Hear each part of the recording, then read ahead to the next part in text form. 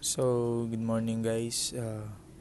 For today's video, we were discussing the traffic management and road safety.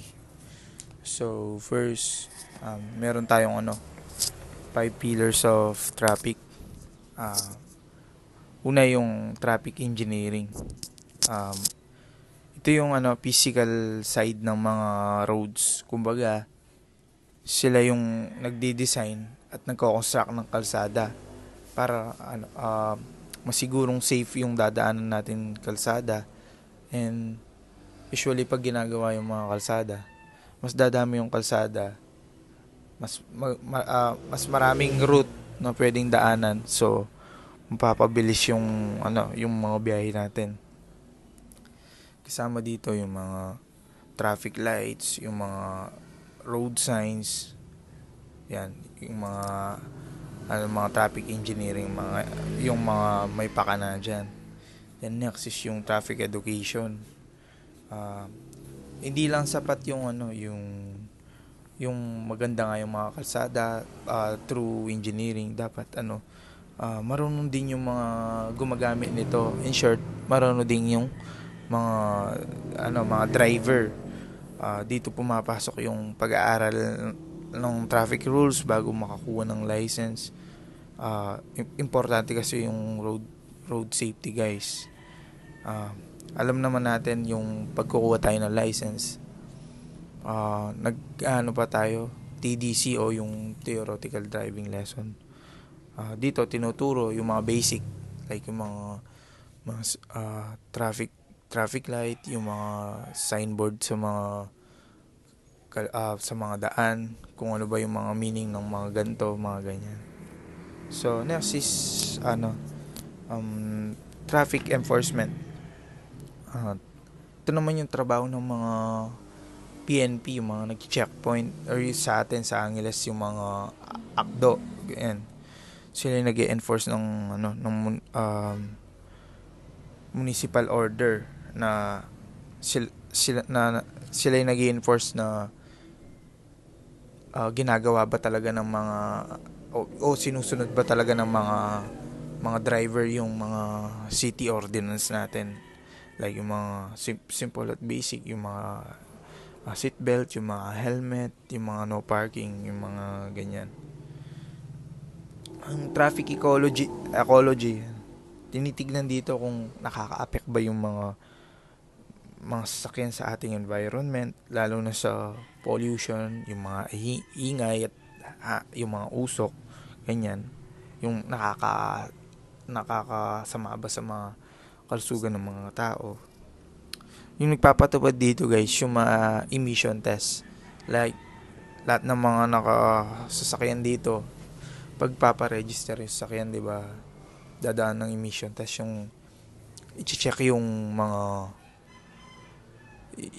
tambutso kung kung qualified ba na tumakbo pa sa kalsada. Kasi kung mausok na yan, di na yan ibibigyan ng permit ng LTO para matakbo pa sa kalsada. Next is traffic economy. Alam nyo ba, guys, pag traffic, may nalulugi din yung bansa. Sa pillar na to, guys, pag-aaralan natin kung paano ba nakaka-apekto yung traffic sa presyo ng bilihin at pagiging produktibo ng mga tao. Example, guys, yung kunwari may perishable goods, no, na traffic sa EDSA ng mga 5 hours, ganyan. Sa sobrang traffic, sabihin na natin 5 hours. Pwedeng malanta yung mga gulay, yung mga prutas, pwede masira. So, in that scenario, guys, tataas yung benta nila, tataas yung bilihin. Kaya ganun. Nakakapekto talaga yung mga traffic economy sa atin. Lalo na sa mga nagnenegosyo ng mga prutas, gulay, ganyan. At iba pa yung mga di dapat na di-delay na products, ganyan. At mabilis na masira. Ano-ano ba yung mga agencies na involved sa traffic management? First is yung LTO. alam naman natin yung yung LTO, kung ano ba talaga yung niya sa natin. Sila yung nag-issue ng rehistro ng mga motor natin, ng mga sasakyan, and uh, sila din nagbibigay ng driver's license kung qualified ba tayong mag-drive. In short, sila yung nag-issue ng driver's license, ganyan. And sila din yung tumitingin kung qualified ba na mag-drive yung isang tao, kung physically fit ba siya, ganyan.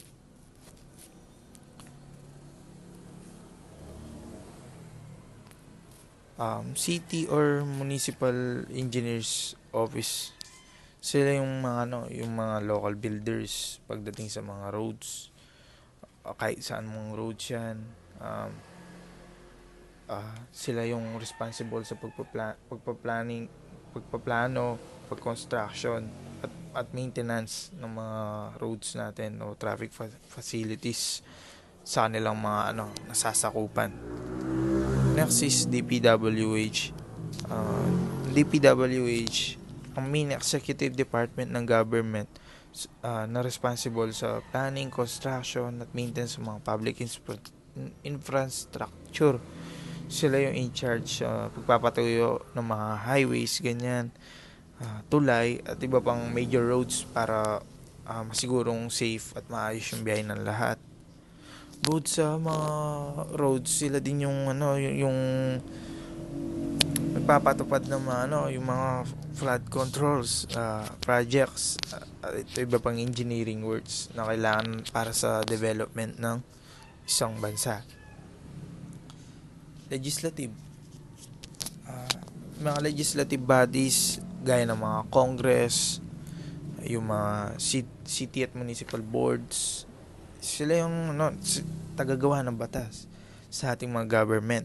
Hindi lang sila basta nagpapasa o nag-aamen ng mga traffic laws para sa kaayusan ng kalsada, kundi sila rin ang hands-on sa planning at approval ng mga halagang government projects. In short, sila yung nagde-decide kung ano mga rules na dapat nating sundin, kung ano mga infrastructure ang dapat pondohan, ganyan. Next, PNP, HPG. Ang PNP, sila yung main body ng ating mga kapulisan na responsible sa peace and order, pag-enforce sa mga batas sa buong bansa. Sila ang in charge sa general law enforcement at pag-protect sa mga mamamayan laban sa mga criminal or to prevent crime. Ayan. HPG. HPG naman, sila yung specialist ng PNP pagdating sa mga road. Sila yung nakatutok sa mga traffic safety, security, lalo na sa mga major highways, 'di ba? Pag guys, masdan natin sa mga rotonda, maraming HPG. Yung paunahing work ng mga HPGs, manghuli ng mga traffic violators, mag-investigate ng mga carnapping cases, ganyan. Next is local government o yung mga PMBS, LGUs. Bawat city may sariling bureau, gaya ng mga MMD sa Manila, POSO sa ibang bansa, sa ibang probinsya, sa Mabalacat, MCTEG, sa atin sa Angeles, ACTEU, 'di ba? Sila yung mga nagpapatupad ng mga local ordinance sa city natin. Mga iba pang agencies na sama sa traffic management is yung mga academic institution. Sila yung mga parang mga driving school. Sila yung mga nagtuturo ng mga basic na road safety, ganyan. Yung mga bata pa lang, para pag tumanda na maging disiplinado o may alam na sila sa mga traffic roads, para pag tinuruan mo siya mag-drive, hindi na siya masyadong, at least nakaka-adapt na siya kung ano ba talaga yung mga meaning ng mga traffic roads, kahit yung mga basic lang. tapos courts. Sila yung nagdi-decide. Halimbawa, nagka accident kayo. Ngayon, ayaw ng isa't isa umamin or akuan kung sino talaga may kasalanan. Then, nagdemandahan kayo. Nagfile kayo ng case sa court. Ganyan, ganito, ganyan. Si judge na nun yung magbibigay ng penalty sa both side. Kung ano ba talaga. Ganun. Public Information Office or PIA. Sila yung ng megaphone ng government. Sila yung nagpapakalat ng information tungkol sa mga bagong batas o yung mga kunwari TTKD, 'di ba, yung mga Angeles City Information, nagpo-post sila na kung saan ba yung daan, kung alin ba yung mga sarado, ganyan. Kumbaga sila yung nag-i-inform sa media, ganyan, sa mga Facebook o social accounts ng mga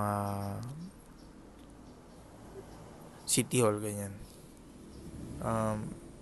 Barangay Peacekeeping Action Team. Sila yung mga barangay tanod natin, 'di ba? Usually pag gabi, kung masisipag yung mga taga sa inyo or yung mga tanod sa inyo, nagroronda sila sa gabi. Ganyan. Pero madalang lang naman yun eh. Tamad sila eh.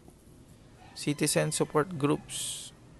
Ito yung mga private groups of volunteers na tumutulong tuwing peak season, like pag Holy Week, ganyan, 'di ba, sa mga puni, may mga rescue, ganyan, na pag may nagsalibat-bat, ganyan, sila yung kumbaga magre-rescue pag may nangyari. And sa mga pag may mga events din, minsan nandyan yung mga Red Cross, ganyan, 'di ba? Try media and Try Media. Sila yung mga real-time updates. Dito natin nalalaman kung saan ba matraffic, kung ano bang lugar yung matraffic para maiwasan lang yung mga balita, ganyan. For example, yung mga DZBB, ganyan, yung mga DZRH, yung mga radio, yung mga mahilig magano ng radio diyan. So ngayon po is pumunta naman tayo sa functions ng ating Land Transportation Office. Meron po siyang dalawang main focus. First is driver's license and second is motor vehicle registration. So yung una po natin is driver's license. Ito po ay hindi lang basta ID. Yung purpose po nito is siguraduhin mentally fit at skilled po yung bawat driver na humawak ng manibela. This can serve po as your legal permit para po mag-operate ng vehicle. And then para po sa motor vehicle registration naman is ginagawa ito yearly para matrack po yung ownership at masiguro yung roadworthy po yung mga sasakyan. Dito is tinitingnan natin yung emission, brakes at mga ilaw para iwas aberya po tayo sa kalsada. And then next naman is traffic control system. Para naman po sa kayusan sa kalsada, mayroon tayong tatlong main system. First is regulatory. Ito po usually yung mga may red border like stop sign or do not enter sign. Utos po ito na dapat nating sundin. And then warning signs. Ito usually yung mga yellow diamond signs po na babala or babala sa mga panganib sa harapan, gaya po ng mga madudulas na kalsada or mga curves na kalsada. And then informative signs. Ito po usually kulay green or kulay blue na pwede nating gabay para po malaman natin yung mga destination or kung saan po yung mga malalapit na gas stations. And then next po is traffic lights. Ito po is simple lang pero critical din. For red color po is ito po yung sinasabi is mandatory stop.